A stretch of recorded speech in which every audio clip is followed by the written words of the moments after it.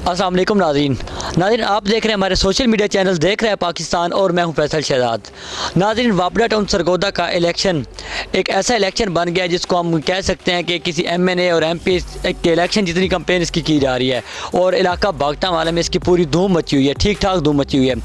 तमाम कैंडिडेट्स अपने तय अपनी मुख्तलिफ कंपेन चला रहे हैं। वापडा टाउन बागटा वाला के साबका सदर थे काशिफ रियाज गुजर, वो काफ़ी पुरजोर तरीके से कंपेन चला रहे हैं। आज हमारे साथ मौजूद हैं, इनसे बात करते हैं, उनसे पूछते हैं कि वो ऑलरेडी एक बार सदर रह चुके हैं और वो दोबारा अभी सदर बनने के उम्मीदवार हैं, वो सदारत के लिए उन्होंने अप्लाई किया हुआ है। उनसे पूछते हैं कि वो ऐसा क्या है कि वो पिछले टेन्योर में डिलीवर नहीं कर सके जो अभी डिलीवर करेंगे, या अभी उनकी क्यों ख्वाहिश है कि वो दोबारा सदर बने। जी काशिफ भाई बताइएगा। अस्सलाम वालेकुम जी। सबसे पहले तो मैं आपको ये बताना चाहता हूँ कि मैं 2018 में फ़र्स्ट टाइम वापडा टाउन सरगोदा का मेंबर बना। मैंने इसकी मेंबरशिप ली 2018 में। मेंबरशिप लेने के फ़ौरन बाद ही इसका इलेक्शन आ गया, तो मैंने 2019 अक्टूबर 2019 में मैंने इसका इलेक्शन कॉन्टेस्ट किया और अल्लाह ताला के फजल से मैं इसका प्रेसिडेंट बना। अब वापडा टाउन सरगोदा का सिनेरियो ये था कि यहाँ पे वापडा टाउन सरगोदा को बने हुए 1989 से वापडा टाउन सरगोदा बना था। इसे तकरीबन 32 से 33 साल हो गए बने हुए। तो इसमें ये हुआ कि जब मैंने इलेक्शन कॉन्टेस्ट किया तो मुझे जो पुराने दोस्त अहबाब थे उन्होंने कहा कि आप यूँ करें कि वापडा टाउन में कोई ऐसी ट्रेडिशन है नहीं इलेक्शन वाली, तो क्यों ना मिल के हम इलेक्शन लड़ लेते हैं। हमारी एक मैनेजमेंट टीम पहले से हमारे पास है, आप चाहते हैं कि आप इलेक्शन लड़ें तो हम आपको अपना प्रेसिडेंट मुंतखब कर लेते हैं, आप अपने से कोई अपने ताईं कोई भी पैनल ना बनाएं। मैंने उनकी बात से इत्तफाक किया। मैंने ख़ुद को उनके लिए मैनेजमेंट के लिए पेश किया बतौर प्रेसिडेंट। उन्होंने मुझ पर एतमाद किया, उनकी मेहरबानी, मैं प्रेसिडेंट बन गया। प्रेसिडेंट बनने के बाद मैंने इसे प्रैक्टिकली देखा, नज़दीक से देखा, इसके मामलात को देखा कि ये कैसे फंक्शनल होता है, इसका इख्तियार कितना है, इसके पास सोर्सेज कितने हैं, ये काम कैसे करेगा। तो अनफॉर्चुनेटली आज मुझे ये कहते हुए अफसोस होता है कि मैं जो चाहता था, जैसी टीम चाहता था, मुझे वैसी टीम नहीं मिली। मेरा जो विज़न था, जो मैं सोचा करता था, जो मेरे अंदर पैशन था, जिसे लेके मैंने वापडा टाउन के इलेक्शन लड़ने का सोचा था, वो जब मैंने स्टार्ट किया, तो जब मैंने फंक्शनल मैनेजमेंट स्टार्ट किया एज अ प्रेसिडेंट, तो मैंने जो रुकावटें देखी, जो मसाइल देखे, जो सुस्ती देखी, जो काहली देखी, जो नाअहली देखी, तो मैं 3 साल वो तो नहीं कर सका। मैं एक काम मैंने किया, जो मेरा पैशन था वो नहीं हो सका। 3 साल में मैंने एक काम किया। जब मैं वापडा टाउन सरगोदा का प्रेसिडेंट बना तो यहाँ पे 3 से 4 घर थे। आज अल्हम्दुलिल्लाह वापडा टाउन में 42 रेजिडेंट्स मौजूद हैं, 42 घर मौजूद हैं। और मैं आपको एक बात बताऊंगा जो आप सुन के हैरान भी होंगे कि आज जब मैंने दोबारा वापडा टाउन का इलेक्शन लड़ने का फ़ैसला किया कि नहीं, मुझे अभी वापडा टाउन के लिए कुछ करना है, जो मैं चाहता था, मेरे ख्वाब पूरे नहीं हुए, तो मैंने वापडा टाउन के रहायशियों को प्रायोरिटी दी। वो नॉन पॉलिटिकल लोग हैं, लेकिन उनकी वापडा टाउन के साथ जो अटैचमेंट है वो किसी बाहर के बंदे की नहीं हो सकती, वो किसी डीलर की नहीं हो सकती, वो किसी इन्वेस्टर की नहीं हो सकती, वो किसी माफिया की नहीं हो सकती। ये वो लोग हैं जिनके इधर घर हैं, इन्होंने वापडा टाउन में घर बनाए हुए हैं, इनकी रहायशें हैं, ये अपने मसाइल को बखूबी जानते हैं कि हमारे मसाइल क्या हैं। ये अपने मसाइल के हल करने को भी अच्छे तरीके से जानते हैं कि हम इन्हें हल कैसे करेंगे। तो मैंने प्रायोरिटी दी कि अब की बार मैं उन लोगों के साथ मिलकर इलेक्शन लड़ूंगा जिनको इसकी पेन है, जो मेरी तरह जिनके अंदर कोई पैशन है कि यार हम अपने सोसाइटी के लिए कुछ करें। तो मैंने यहाँ पे मुश्तमिल लोगों का एक पैनल बनाया, पैनल बना के इलेक्शन का ऐलान किया। तो इंशाल्लाह मेरा इलेक्शन, मैं पूरे पाकिस्तान से लोग देखते हैं सोशल मीडिया पे कि मैं इलेक्शन को किस तरह कॉन्टेस्ट कर रहा हूँ। इसके अलावा जो बागटा वाले के रहायशी हैं, जो लोकल लोग हैं, जो मेरी लोकेलिटी से हैं, वो देख सकते हैं कि मैंने जिस तरीके से इलेक्शन को एडवर्टाइज़ किया मैंने जिस तरीके से अपना विज़न बताने की कोशिश की कि मैं वापडा टाउन के को फिर दोबारा अपनी खिदमत देने के लिए क्यों ज़रूरी समझता हूँ, मैं क्यों ज़रूरी समझता हूँ कि मैं ही वापडा टाउन के लिए बेहतर हूँ। तो उसके लिए एक विज़न है पीछे। एक विज़न तो मेरा ये है कि मैंने 32 साल में यहाँ पे घर बनवा दिया। दूसरा, मैंने एक ऐसा काम किया जो 32 साल में हो ही नहीं सका। आज मैंने वोटर्स को हक़ दिलाया, मैंने वोटर्स को बताया कि ये मैनेजमेंट आपने बनानी है, ये मैनेजमेंट यहाँ पे बैठ के बंद कमरों में नहीं बनेगी, ये मैनेजमेंट आपके वोट से बनेगी। वो चाहे मैं बनूँ चाहे कोई बने, मुझे इससे कोई फ़र्क नहीं पड़ता। मेरी जीत ये थी कि मैंने वोटर्स को ये एहसास दिलाया है, मैंने सोए हुए वोटर्स को जगाया है कि ये वोट दे के मैनेजमेंट बनाओ। जब आप वोट दे के मैनेजमेंट बनाएंगे तो उसका फ़ायदा ये होगा कि आप किसी को पूछ सकेंगे, भाई कि तुमने मुझसे ये वादा करके वोट लिए थे, मेरा काम करो। तो जब मैं किसी से वोट लेने नहीं जाऊंगा, वोट मांगने नहीं जाऊंगा, मैं खुद ही बैठ के यहाँ पे प्रेसिडेंट बन जाऊंगा, सेक्रेटरी बन जाऊंगा, नायब प्रेसिडेंट बन जाऊंगा, या नायब सदर बन जाऊंगा, या फाइनेंस सेक्रेटरी बन जाऊंगा, तो जब मेरे ऊपर किसी का एहसान नहीं होगा, मेरे ऊपर किसी की मेहरबानी नहीं होगी, तो मुझे क्या फिक्र है, मैं अंदर बैठ के जो मर्जी करता रहूँ। तो मेरा पैशन ये है कि मैंने यहाँ पे घर बना लिए। अब वापडा टाउन इन टाउन के रहायशियों की अमानत है ये मैनेजमेंट। मैं इंशाल्लाह इस पैनल को जितवा कर ये अमानत उन तक ज़रूर पहुँचाऊँगा इंशाल्लाह। अच्छा, अभी आपने जिस तरह कहा कि अपने इलेक्शन को इस तरीके से एडवर्टाइज किया और हम लोगों ने खुद भी देखा कि साइन बोर्ड वगैरह सब कुछ लगा हुआ है, और ये जो चीज़ है ये बाहर तो ये लगती है कि ऐसे में जो भी सदर बनेगा या जो भी पैनल जीतेगा उसको कोई फाइनेंशियली बेनिफिट्स होगा, और कहीं ना कहीं जहाँ की अफवाहें भी उड़ रही हैं कि जो भी सदर बनेगा उसको काफ़ी फाइनेंशियली बेनिफिट होगा। तो इसके हवाले से आप क्या कहेंगे? जी, मैं आपको वाज़ेह कर दूँ कि वापडा टाउन की जो मैनेजमेंट होती है ये वॉलंटियरली काम करती है। वापडा टाउन की मैनेजमेंट पेड नहीं होती, इसके लिए किसी किस्म का कोई अलाउंस नहीं होता, इसकी सैलरी नहीं होती, कोई बेनिफिट्स नहीं होते। ये एक वॉलंटियरली जॉब है। जो लोग अपने अंदर ये जज्बा रखते हैं कि वो सोसाइटी के लिए सर्व करें। हाँ, एक ज़रूर है, मैं एक बात से डिनाई नहीं करता कि यहाँ पे जो करप्ट लोग होते हैं, जो करप्ट प्रैक्टिसेस होती हैं, उनके लिए फ़वाइद मौजूद हैं, उनके लिए फ़ायदे भी मौजूद हैं, उनके लिए तरीक़ेकार भी मौजूद हैं कमाई के। वो तरीक़ेकार ही तो बंद हो गए हैं, वो फ़ायदे तो लोगों के बंद हो गए। 3 साल किसी को खाने को अल्हम्दुलिल्लाह नहीं मिला। 3 साल में मैं ये दावा करता हूँ। मेरी AGM हुई थी जी, हमारी एनुअल जनरल मीटिंग होती है। अनफॉर्चुनेटली जब मुझे ये टर्नओवर मिला, जब मैं इसका प्रेसिडेंट बना, तो कोरोना आ गया, तो गैदरिंग पे पाबंदी लग गई। एनुअल जनरल मीटिंग का मतलब तो ये है ना सादा अल्फाज में कि सालाना मीटिंग होती है। तो सालाना मीटिंग में आपको लोगों को, मेंबर्स को इत्तला करनी होती है। वो आते हैं, वो बैठ के आपकी बात सुनते हैं, आपके एजेंडे पे बात सुनते हैं, और आपके जो पिछले काम होते हैं उनकी तौसीक करते हैं, नए कामों की मंजूरी देते हैं। तो मेरे होते हुए सिर्फ एक मीटिंग हो सकी। मैंने उस मीटिंग में रिकॉर्डेड है, मैंने उस मीटिंग में लोगों को कहा था, जो अलाटीज थोड़े बहुत आ सके, जो आए हुए थे, मैंने उन्हें कहा था कि भाई मेरा गिरबान हाजिर है, आप में से एक एक बंदा मुझसे 3 सालों का हिसाब ले सकते हो, आप मुझसे पूछ सकते हो, आप मेरे बजट का हिसाब ले सकते हो, आप मुझसे एक एक पाई का हिसाब ले सकते हो। ये मुझ पर कर्ज है कि मैं आपको हिसाब दूं। तो अल्हम्दुलिल्लाह मेरी जहाँ पे ये काविश है कि मैंने यहाँ पे घरों को आबाद किया। दूसरी काविश मेरी ये है कि मैंने यहाँ पे 32 साल बाद इलेक्शन को इंट्रोड्यूस किया और वोटर को वो जगाया और वोटर को अहमियत दी, और वोटर को जो इम्पोर्टेंस मेरे दौर में मिली ये पहले कभी नहीं मिली थी। और तीसरी मेरी बात यह है कि मेरे ऊपर अल्हम्दुलिल्लाह बदउनवानी का एक दब्बा भी नहीं। यहाँ पे कोई बेनिफिट्स नहीं होते, यहाँ पे सिर्फ और सिर्फ एक बेनिफिट है, आप अगली नस्ल के लिए सर्व कर रहे हो।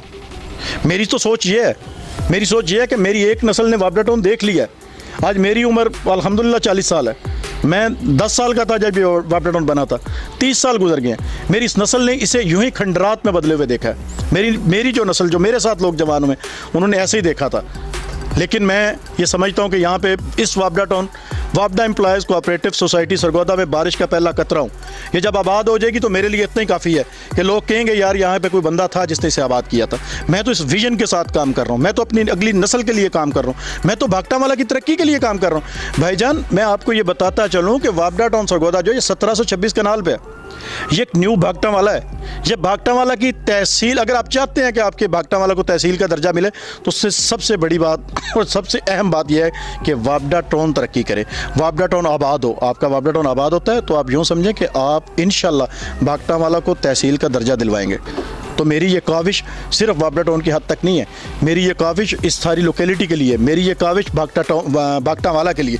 जब मैं आया था, मैं आपको एक मज़े की बात, अपना तजुर्बा है कि आपके साथ शेयर करता हूँ। जब मैं आया था तो मैंने डॉक्यूमेंट्स पढ़े थे, तो डॉक्यूमेंट्स में लिखा होता था वापडा टाउन चक नंबर 80 जनूबी सरगोदा।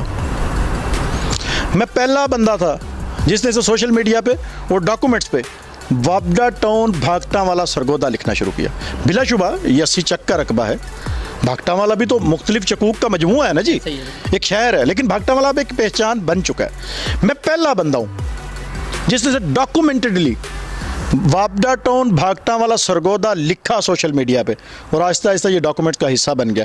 मैंने इसे वापडा टाउन भागटा वाला पे लेके आया। अब इंशाल्लाह मैं इसे वापडा टाउन सरगोदा पे लेके जाऊंगा इंशाल्लाह। तो मेरा तो ये वापडा टाउन का जो ये इलेक्शन है, ये भागटा वाला की तरक्की के लिए है, ये किसी शख्सियत का इलेक्शन नहीं है। मैं क्या खुद को प्रमोट करना चाहता हूँ? आप कहते हैं एडवर्टाइजमेंट हुई हुई है, एडवर्टाइजमेंट पर ज़ाहिर है खर्चा होता है, पैसे लगते हैं, तो क्या इसके बदले में आपको पैसे मिलेंगे? आप इसलिए एडवर्टाइजमेंट कर रही थी। तो क्या मैं अपनी शख्सियत के लिए ये कर रहा हूँ? मेरी शख्सियत तो अल्हम्दुलिल्लाह, मैं जिस बाप का बेटा हूँ उसे पंजाब जानता है। मेरे वालिद साहब चौधरी रियाज अहमद गुज्जर, आज उनकी उम्र 84 साल है। वो 84 साल की उम्र में भी अपनी सोशल लाइफ को कायम रखे हुए हैं। वो आज भी लोगों के मसाइल के लिए, लोगों के कामों के लिए अपने ताएं कोशिश करते रहते हैं। तो मेरे पास तो वो नाम ही काफ़ी है जो मेरे वालिद साहब ने मुझे दिया है। मेरी अपनी सोशल एक्टिविटीज़ ही काफ़ी हैं। मेरी वापडा टाउन से हट के जो मेरी अपनी सोशल एक्टिविटीज़ हैं वो ही बहुत ज़्यादा हैं। तो मैं अपने उन कामों को छोड़ के वापडा टाउन के लिए काम कर रहा हूँ। मैं ये कोई अपनी पर्सनैलिटी के लिए काम नहीं कर रहा, मैं तो कर रहा हूँ भागटा वाला की तरक्की के लिए। मेरी भी एक अटैचमेंट है भागटा वाला के साथ। मेरी भागटा वाला के साथ अटैचमेंट ये है कि मेरा गाँव जो 81 जनूबी है भागटा वाला के एरिए में आता है। मैं चाहता हूँ कि भागटा वाला तहसील बने। मैं चाहता हूँ कि भागटा वाला के लोगों को रोज़गार मिले। मैं चाहता हूँ कि भागटा वाला के करीब एक बेहतरीन हाउसिंग सोसाइटी हो, भागटा वाला के लोगों को रहने के लिए एक बेहतरीन हाउसिंग सोसाइटी मिले। तो वो हाउसिंग सोसाइटी तो बनी हुई थी, लेकिन वो housing society no go area थी। ये चंद लोग थे जो ना तो वापडा टाउन में किसी को आने देते थे, जो आ जाता था उसे यहाँ रहने नहीं देते थे, जो रह पड़ता था उसे इलेक्शन नहीं लड़ने देते थे। मैंने वो सारा माफिया तोड़ के रख दिया। देखिए, मेरे लिए भी डिफ़िकल्टीज़ हैं, मेरे लिए भी मुश्किलात हैं। ये मैंने खुदा वास्ते की दुश्मनी मोल ली है। किसके लिए? अगली नस्ल के लिए, अपनी इस सोसाइटी के लिए, अपनी कम्युनिटी के लिए। आज मेरे बहुत सारे दोस्त, मेरे बहुत सारे जानने वाले, मेरे बहुत सारे अजीज़ व अक़ारब जो पहले शायद मुझे बड़ी इज़्ज़त से मिलते थे, बड़ी अकीदत से मिलते थे, बड़ी मोहब्बत से मिलते थे, आज वो पर्सनैलिटी क्लैश में है। आज शायद वो समझ रहे हैं कि काशिफ कामयाब हो रहा है और इस हसद और इस नफ़रत में मुब्तला है। तो मुझे नहीं चाहिए था कि मुझसे कोई नफ़रत करे, मुझसे कोई हसद करे। मैंने ये नफ़रत और हसद का सौदा भी कबूल किया कि मैं अगली कम्युनिटी, अपनी अगली नस्ल को सर्व करना चाहता हूँ। तो वापडा टाउन के साथ मेरे बहुत बड़े बड़े ख्वाब जुड़े हुए हैं और इंशाल्लाह मैं इनको ताबीर पे ज़रूर पहुँचाऊँगा इंशाल्लाह। अच्छा, पिछले दिनों आपकी यहाँ पे एक तकरीब थी जिसको हमने भी कवर किया था और उसमें आपने एक बात की थी कि वापडा टाउन में कुछ बोगस मुलाजमीन थे। तो क्या वाकई इस बात में कोई हकीकत है या फिर एक सियासी बयान था? जी, मैं आपको गुजारिश करता चलूँ कि जब मैंने 16 अक्टूबर 2019 को वापडा टाउन का चार्ज लिया तो मैंने पहले दिन ही एम्प्लॉयज़ लिस्ट मंगवाई, क्योंकि मेरा सबसे पहला काम ये था ना कि मुझे पता होता कि सोसाइटी के अंदर कितने एम्प्लॉयज़ हैं, कितनी सैलरी पे हैं, बजट क्या है। तो जब मैं एम्प्लॉयज़ लिस्ट देख रहा था तो यकीन माने मैं खुद शॉक्ड हुआ। शॉक्ड इसलिए हुआ कि मैंने दो नाम बड़े अजीब से देखे। एक नाम मैंने देखा, वो लिखा हुआ था मलक मोहम्मद नज़ीर, तो साथ लिखा हुआ था उनका पैकेज 20,000, उनका डेजिग्नेशन लिखा हुआ था डिप्टी सेक्रेटरी, और पीछे ये वजह बयान की गई थी कि AGM एनुअल जनरल मीटिंग में सौदे के लिए इजाज़त ली गई। मैं हैरान हुआ कि मलक मोहम्मद नज़ीर साहब भी एम्प्लॉय हो सकते हैं और यहाँ पे, और वो तो जॉब नहीं करते यहाँ पे, वो तो यहाँ नहीं होते। दूसरा मैंने नाम लिया, वो मैं आपसे माजरत करूँगा, वो भाई सुन रहे होंगे, मुझे उनका एहतराम है। उनकी एक वजह है, मलक साहब के अजीज़ थे, उनकी एक वजह है कि उनका एक बड़ापन था। जब मैंने उन्हें कॉल की, मैंने कहा भाई आपका नाम भी एम्प्लॉयज़ लिस्ट में है, तो क्या आप यहाँ पे जॉब करते? तो उन्होंने मुझे कहा काशिफ भाई मेरा आप नाम निकाल दें, मुझे पता है आप आ गए हैं तो ये सैलरी अब नहीं मिलनी। तो आप, मैं इसलिए आज उनके एहतराम में और उनके उस ज़र्फ़ को देखते हुए उनका नाम नहीं लेना चाहता। दूसरे भाई वो मेरे जो थे वो 15,000 पे थे, माफ़ी चाहता हूँ, 15,000 रुपये पे एम्प्लॉय थे। उन्हें तो मैंने उनका रिज़ाइन ले लिया। मलक मोहम्मद नज़ीर साहब से मैंने रिक्वेस्ट की कि डिप्टी सेक्रेटरी को ओहदे की ज़रूरत ही नहीं है, ये खस्ता हाल सी सोसाइटी है, इसके पास जो पैसे हैं ये यतीमों के, बेवाओं के, पेंशनर, मुलाजमीन के पैसे हैं, उनके प्लॉट्स हैं, उनका जो फंड पड़ा हुआ है, उसमें से आप पैसे क्यों लेते हैं? आपके ओहदे की तो ज़रूरत नहीं। तो उन्होंने मुझे कहा नहीं ये ज़रूरी होता है, सोसाइटी के मामलात देखने होते हैं सोसाइटी के। मैंने उन्हें कहा कि अब मैं आ गया हूँ, सोसाइटी के मामलात में देखता रहूँगा। मेरी और उनकी ये बात 2-3 महीने चलती रही। उसके बाद उन्हें हार मानना पड़ी। मैंने उन्हें कहा कि मैं 3 साल में मैंने अहद किया हुआ है, मैं 3 साल रहूँ, 1 साल रहूँ, 3 महीने रहूँ, मैंने कोई गलत चेक साइन नहीं करना। उन्होंने रिज़ाइन नहीं दिया था, लेकिन मैंने उनकी सैलरी बंद कर दी थी। मैंने उन्हें कहा था कि मेरे होते हुए आपको सैलरी नहीं मिलेगी। मैं इसमें भी आपको इससे रिलेटेड एक बात सुनाता हूँ और इसके मैं डॉक्यूमेंट्स भी आपको दिखाता हूँ। मेरे पास डॉक्यूमेंट्स पड़े हुए हैं। मुझसे आते हुए आपने सवाल किया था कि काशिफ भाई, आपने पिछली दफ़ा अपनी स्पीच में शायद जज्बाती होकर ये कह दिया था कि मैंने बोगस मुलाजम निकाले थे। तो क्योंकि हमारे चैनल से वो बात एयर गई थी, तो लोगों ने हमसे सवाल बड़े किए हैं कि नहीं यार, ये काशिफ खुद से कहता है, ऐसी कोई बात नहीं। बोगस मुलाजम यहाँ पे कोई भूत बंगला है कि बोगस मुलाजम यहाँ पे आ गए? वापडा टाउन, भागटा वाला एक इतनी फेमस सोसाइटी है, तो इसमें बोगस मुलाजम कैसे हो सकते हैं? और आज के दौर में 21वीं सदी में यहाँ भी बोगस मुलाजम मिलेंगे। तो मैंने उसके लिए फिर डॉक्यूमेंट्स अरेंज करके रखे थे कि मैं आपको डॉक्यूमेंट्स आपको दिखाता हूँ, आप उससे फ़ैसला कर लीजिएगा। हमारे व्यूअर्स फैसला कर लेंगे कि मैंने ठीक कहा था या गलत कहा था। मैं इससे रिलेटेड आपको एक बात सुनाना चाहता हूँ कि जब मैंने वापडा टाउन को ज्वाइन किया, मैंने इसकी मेंबरशिप ली 2018 में, तो मैंने 20 लाख रुपया कर्ज़े हंसना दिया वापडा टाउन को। मेरे पास उसका भी रिकॉर्ड मौजूद है। मैंने अपने पर्सनल अकाउंट से वापडा टाउन के अकाउंट में 20 लाख रुपया कर्ज़े हंसना इसलिए डाला कि उस वक्त फ़ंड कम थे। मेरा आज मुकाबला जो मेरे हरीफ से है, वो बंदा है जो 20,000 रुपया सैलरी लेता था वापडा टाउन से, और मैंने उसे बोगस एम्प्लॉय डिक्लेयर करके तो फारिग किया था। तो मैं अपने व्यूअर्स को ये भी कहना चाहता हूँ, ख़ासतौर पर उन लोगों को जो वापडा टाउन के अलॉटीज़ हैं, कि फ़ैसला आपने करना है। आपने देखना है कि आपने 20 लाख रुपया सोसाइटी की इमदाद करने वाले को सपोर्ट करना है या 20,000 रुपया सोसाइटी का खून चूसने वाले को सपोर्ट करना है। ये फैसला आप पे। मैं आपको डॉक्यूमेंट्स दिखा देता हूँ जी। ये डॉक्यूमेंट्स मेरे पास हैं। मैं अपने कैमरामैन भाई से कहूँगा कि थोड़ा सा जूम कीजिएगा ताकि मैं आपको दिखा। वो हम कर लेंगे, एडिटिंग चीज़ें मैनेजरिंग में बस देख लूँ। उसके बाद आप इसकी पिक्चर ले लें, बल्कि यूँ करें कि इसको जूम ना करें, आप इसकी पिक्चर बना लीजिएगा। मैं आपको इसको फोटो कापी, मैं इसकी हॉट कॉपी आपको शेयर कर देता हूँ आपके साथ। इसके ऊपर उनके सिग्नेचर मौजूद है सैलरी वसूल करने के। मैंने रिसीप्ट्स साथ लगाई हुई हैं। आप मुझसे ये एक सेट ले जाइएगा, आप चेक कर लीजिएगा कि क्या वो 20,000 रुपया वसूल करते थे। तो ये भत्ता नहीं तो क्या था? आप क्या सर्व करते हैं सोसाइटी को? आपकी क्या सर्विसेज हैं सोसाइटी के लिए? आपकी क्या क्वालिफिकेशन है सोसाइटी के लिए? मतलब जो आप डिप्टी सेक्रेटरी के ओहदे पे थे, आपकी क्या कोई क्वालिफिकेशन है कि आप डिप्टी सेक्रेटरी के ओहदे पे रह सके? और भाईजान, आप पर्सनल सेक्रेटरी के ओहदे पे नहीं रह सकते। ये तो डिप्टी सेक्रेटरी था, माजरत के साथ, कि आपका कोई हक नहीं था 20,000 रुपये। ये मैंने आपको प्रूफ दे दिया जी, जो मैंने स्पीच में कहा था। इसका डॉक्यूमेंटेड सबूत मैंने DR cooperative, deputy registrar cooperative हाफिज़ मुनीबुर रहमान साहब को भी दिया हुआ है। मैंने डिपार्टमेंट को इसका डॉक्यूमेंटेड सबूत पेश कर दिया हुआ है कि ये चेक कर लें, सोसाइटी रिकॉर्ड चेक कर लें कि क्या ये 20,000 तनख्वाह लेते थे या नहीं लेते थे। जी नाज़रीन, मैंने ये डॉक्यूमेंट्स देखे हैं, ये बिल्कुल वाकई उन्हीं के नाम पे हैं और काफ़ी शॉकिंग है ये। उसके अलावा ये दूसरे बंदे का नाम भी लिखा हुआ है जो इन्होंने मेंशन किया था। वो हम, क्योंकि इनकी रिक्वेस्ट भी है कि हम उसको हाइड करेंगे और हम उसको बिल्कुल हाइड करके आपके सामने ये डॉक्यूमेंट्स पेश कर रहे हैं। बाकी अच्छा, आपकी नाअहली के हवाले से भी बात गश्त चल रही थी, तो उस सारे मामले का क्या हुआ?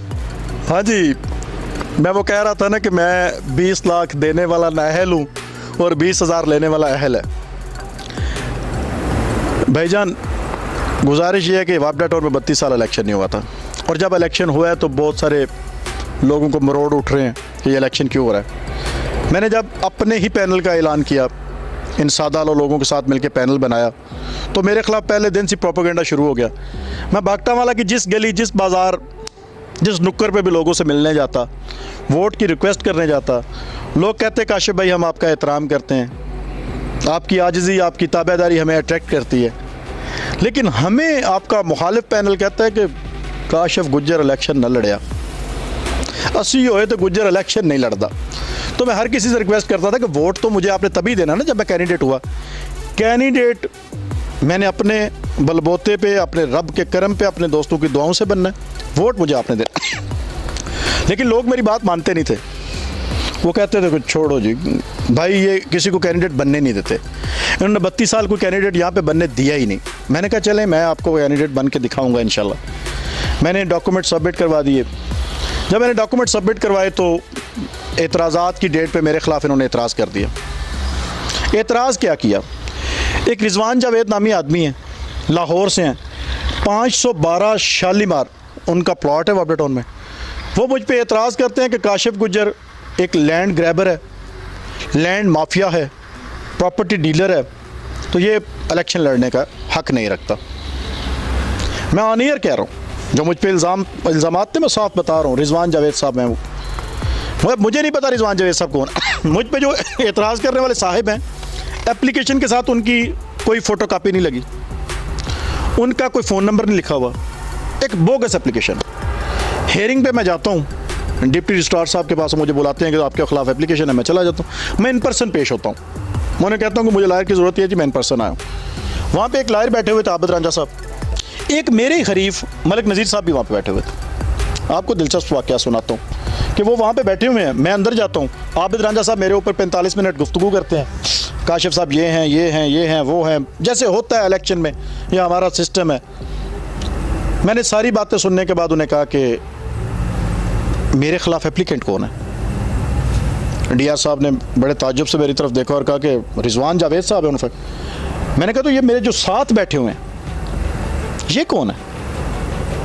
उन्होंने कहा जी हाँ जी, आप कौन है जी? तो जो मेरे हरीफ कैंडिडेट हैं वो कहते हैं जी मेरा नाम नज़ीर है, मैं वकील साहब के साथ आया हूँ। मैं उन्हें हंस के कहता हूँ कि सर इनका नाम नज़ीर भी ठीक है, ये आए भी वकील साहब के साथ है, ये भी ठीक है। अगली बात ये ठीक नहीं बता रहे, इन्होंने आधा सच बोला है। ये मेरे ख़िलाफ़ कैंडिडेट भी हैं, तो ये क्यों बैठे हुए हैं इस हेयरिंग में? मेरे ख़िलाफ़ तो एप्लीकेंट रिजवान जावेद है। डीआर साहब बड़े गुस्से से उन्हें कहते हैं कि आप बाहर निकल जाओ। हालांकि मुझे शर्मिंदगी हुई, वो मुझसे उम्र में बड़े हैं, इस तरह उनको बाहर नहीं भेजना चाहिए था, लेकिन उनको इस तरह बैठना भी नहीं चाहिए था, उनकी इज़्ज़त उनके हाथ पे थी। उन्होंने कहा आप बाहर निकल जाएं। जिससे ये साबित होता है, मैं अपने व्यूअर्स को ये किस्सा इसलिए सुना रहा हूँ कि जिससे ये साबित होता है कि रिजवान जावेद एक फ़र्जी स्टोरी थी। एप्लीकेशन मेरे ख़िलाफ़ भाई साहब ने दी हुई थी। खैर मैं पेश हुआ, मैंने उन्हें कहा जी मैं अगर लैंड ग्रेबर हूँ, मेरे ख़िलाफ़ कोई FIR ले आएँ। मैं कोई लैंड माफिया हूँ, मेरे खिलाफ FIRs पे फैसले नहीं होते, फैसले कोर्ट्स के डिसीजन पे होते। मैं फिर भी कहा झूठी FIR हो तो ले आए। मैं अगर प्रॉपर्टी डीलर हूँ आपके नज़दीक, तो मैं प्रॉपर्टी डीलर्स को इज़्ज़त की निगाह से देखता हूँ, एक मोतबर पेशा समझता हूँ, लेकिन मैं अपने लिए बेहतर नहीं समझता। मैं खुद को डीलर नहीं कह सकता, किसी किस्म का भी डीलर नहीं कह सकता। मेरा जो बिज़नेस है वो बेसिकली पेप्सी डिस्ट्रीब्यूशन है। मैं टैक्स पेयर हूँ, मैं 1 लाख के लगभग टैक्स पे करता हूँ हर साल। मेरा FBR में रिकॉर्ड मौजूद है, मेरा चैम्बर ऑफ कॉमर्स में रिकॉर्ड मौजूद है। ये सिर्फ और सिर्फ मुझे हिट करने के लिए, मुझे टैग करने के लिए किया गया था। वो एतराज़ात ख़त्म हो गए। उसके बाद मेरा नाम इनिशियल लिस्ट में आ गया। इनिशियल लिस्ट में जब आया तो मैंने लोगों को दिखाया, लोग यकीन नहीं करते थे, यार काशिफ गुज्जर का नाम इनिशियल लिस्ट में आ गया। अब आगे बात आ गई जी अपील के ख़िलाफ़ एतराज़ात। अपील के ख़िलाफ़ एतराज़ात जब उन्होंने किए, उन्होंने मेरे सोशल मीडिया से तस्वीरें उठा के, जो एडिटेड थी, टोटल एडिटेड थी, वो एविडेंस के तौर पे पेश कर दी। अब मेरे वो अफसर हैं, मैं क्या कह सकता हूँ, वो अथॉरिटी हैं, उन्होंने मेरे फैसले में लिखा कि मैं न्यूज़ फीड्स देख के सोशल मीडिया के बेसिस पे आपको रिजेक्ट कर रहा हूँ। उन्होंने मुझे रिजेक्ट कर दिया।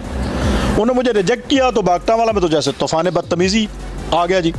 जिसके मुँह में जो आ रहा है वो कह रहा है, जिसके मुँह में जो आ रहा है कह रहा है। मैंने बहुत सारी चीज़ें देखी सोशल मीडिया पे, बहुत सारी बातें दोस्तों से सुनी, बहुत सारी कॉल्स सुनी, मेरे पास ऑडियो रिकॉर्ड्स हैं, दोस्तों के भेजे हुए व्हाट्सएप हैं। दुख हुआ कि यार ये इलेक्शन है, इसे इतना पर्सनलाइज लोगों ने कर लिया, अच्छी बात नहीं। मैं पॉजिटिवली इस इलेक्शन को लेके जा रहा था। मैं चाहता था कि मेरे इलाके की बेहतरी हो, मेरी सोसाइटी की बेहतरी हो, लेकिन लोगों ने इसे पर्सनल इख्तलाफ बना लिया। कोई बात नहीं, लोगों ने बड़े मुख्तलिफ़ किस्म की बातें उड़ाई, ये हो गया वो हो गया, अब देखेंगे कैसे हाल होता है। मैंने वेरी नेक्स्ट डे, और मैं आपको एक और बात बताऊं कि ये मेरे खिलाफ जो डिसीजन आया, ये रात के पहले पैर में आया। 8 बजे जाकर, रात को 8 बजे कमरे नहीं खुलते। मेरे पास वीडियो रिकॉर्ड मौजूद है जब मुझे डिसीजन की कॉपी दी गई और जब मुझे मेरे मजबूर करने पे, इंसिस्ट करने पे अटेस्ट करके 8 बजे रात को दी गई। मैं सुबह ही सेक्रेटरी कोऑपरेटिव की मोअज़्ज़ज़ अदालत में पेश हुआ, उनसे रिक्वेस्ट की, तो उन्होंने मेरी रिक्वेस्ट पे, मेरे वकला की रिक्वेस्ट पे उस आर्डर को सस्पेंड कर दिया और मुझे इजाज़त दी कि आप अपना इलेक्शन कॉन्टेस्ट करें, हम रिकॉर्ड चेक कर लेते हैं। तो अल्हम्दुलिल्लाह आज मेरा फाइनल लिस्ट में नाम आ गया, मेरा निशान जीप मुझे अलाट हो गया। तो मैं अल्हम्दुलिल्लाह इलेक्शन लड़ रहा हूँ। हाँ जी, तो मैं गुजारिश कर रहा था कि मुझे मेरे पैनल का नाम यूनाइटेड रहायशी ग्रुप है। मेरे पैनल को जीप का निशान अलाट हुआ है। मैं अपने सारे व्यूअर्स को, स्पेशली वापडा टाउन अलाटीज़ को, वो पाकिस्तान में जिस शहर, जिस गांव, जिस कुरिये में भी हैं, उनसे रिक्वेस्ट करता हूं कि आपने जब वोट कास्ट करना है, मैं नहीं कहता कि आप जीप पे मोहर लगाएं, मैं हरगिज़ ये नहीं कहूँगा, मैं रिक्वेस्ट करूँगा, लेकिन मैं इंसिस्ट नहीं करूँगा। आप एक बात देखिएगा, आपने मेरिट को मलूज़े खातर रखना है।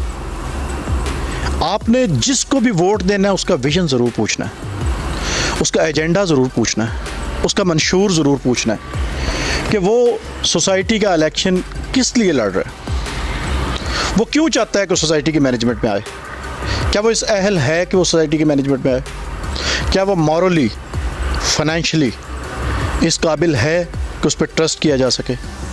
तो आप इन सारी चीज़ों को देखते हुए एक पैरामीटर्स बनाइएगा, अपनी अकल की कसवटी पे इसको देखिएगा, तोलिएगा, जांचिएगा कि क्या आप जिसको वोट कर रहे हैं कहीं वो ही पुराना 32 साल वाला तसलसल जारी तो नहीं रहेगा, क्या उसमें ये कैपेसिटी है कि वो आपको सर्व कर सके, क्या उसमें ये सलाहियत है कि वो इस सोसाइटी को आगे लेके जा सके, क्या उसके पास इतने आइडियाज़ हैं कि वो इस सोसाइटी को उठा सके। मेरी 2 एग्जाम्पल्स हैं और वही बुनियाद है मेरे पास आपको रिक्वेस्ट करने के लिए कि मैंने वापडा टाउन में लोगों को आबाद किया, फिर उन्हीं लोगों पे मुश्तमिल अपना पैनल बनाया, और मैंने सबसे बड़ा काम यह किया कि मैंने वापडा टाउन के वोटर्स को उनकी अहमियत दिलाई, उनकी खोई हुई अहमियत वापस ला के दी कि वो अपना फ़ैसला खुद करें। जी बहुत बहुत शुक्रिया आपके कीमती टाइम का। नाज़रीन, ये काशिफ जाद गुज्जर साहब थे और इन्होंने काफ़ी सीरियस बातें की। हम लोग कोशिश करेंगे कि इनके मुखालिफ पैनल से बात करें, उनके लीडर से बात करें, ताकि उनका जो पॉइंट ऑफ व्यू है इस टॉपिक पे, इस बात पे, वो भी सामने लाया जा सके। उसके बाद हम फैसला छोड़ते हैं अपनी आवाम पे, वापडा टाउन के अलाटीज़ पे, कि वो फैसला करें कि उनको कौन सा कैंडिडेट ठीक लगता है, कौन सा पैनल ठीक लगता है, ताकि वो उसको वोट कर सकें और अपने आने वाली नस्लों को वो संवार सकें। आज की इस वीडियो में इतने ही, मिलते हैं अपनी किसी नेक्स्ट वीडियो में। तब तक अपना और अपने मुल्क का ढेर सारा ख्याल रखिए। पाकिस्तान जिंदाबाद।